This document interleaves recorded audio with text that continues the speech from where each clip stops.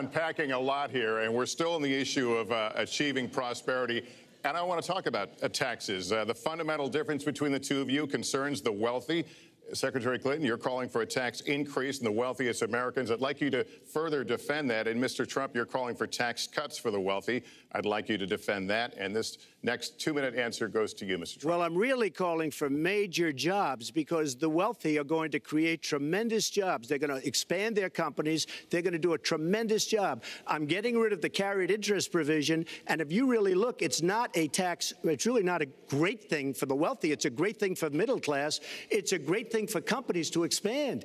And when these people are going to put billions and billions of dollars into companies, and when they're going to bring $2.5 trillion back from overseas, where they can't bring the money back because politicians like Secretary Clinton won't allow them to bring the money back because the taxes are so onerous and the bureaucratic red tape. So what is so bad? So what they're doing is they're leaving our country, and they're, believe it or not, leaving because taxes are too high and because some of them have lots of money outside of our country. And instead of bringing it back and putting the money to work because they can't work out a deal to, and everybody agrees it should be brought back.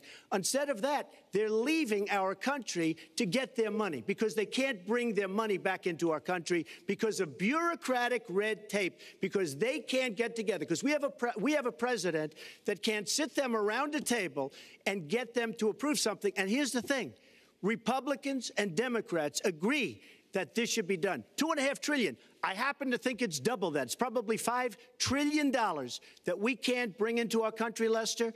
And with a little leadership, you'd get it in here very quickly, and it could be put to use on the inner cities and lots of other things, and it would be beautiful. But we have no leadership.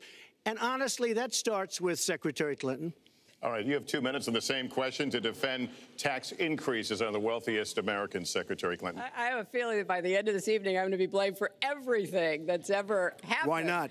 Why not? Yeah, why not? You know, just join the debate by saying more crazy things. Now, let me say there's nothing crazy about not letting our companies bring their money back into their country. This is Secretary Clinton's 2 minutes, please. Yeah, well, let's start the clock again, Lester.